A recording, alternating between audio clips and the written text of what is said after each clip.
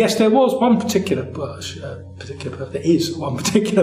called Wendy Davis, who has recently retired as Professor of Early Medieval History at University College in London, and she was the first person I met when I went there as a student. And I can remember walking up the steep, narrow staircase up to her attic office, knocking on the door, and she glared at me and said, "Who are you?" And I told her who I was, and she said, "Could you please go away?" She said, "I've had a terrible day and I don't really want to talk to anybody." And this was an interesting experience for a first-year undergraduate on their first week at university. When I went back, however, she said, "Oh, I'm terribly sorry." She said, "I just had a terrible class that day and I just couldn't face it." And so I said to her, "Well, what is it you teach?" Because, of course, we didn't really know in those days. People didn't really tell you.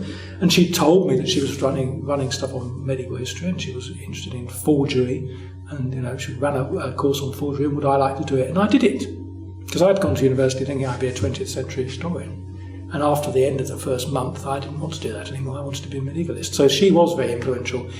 And I think the reason she was influential is she took us seriously. Yeah, it's very interesting, because here was somebody who is a very great expert in her research field. And yet when we were actually studying things that she knew a lot about, she always valued our opinion and would say, interesting things like, "I've never actually thought that before," which I'm sure she had, but maybe she hadn't. And she actually did involve us in sort of uncovering and exploring the sources with her.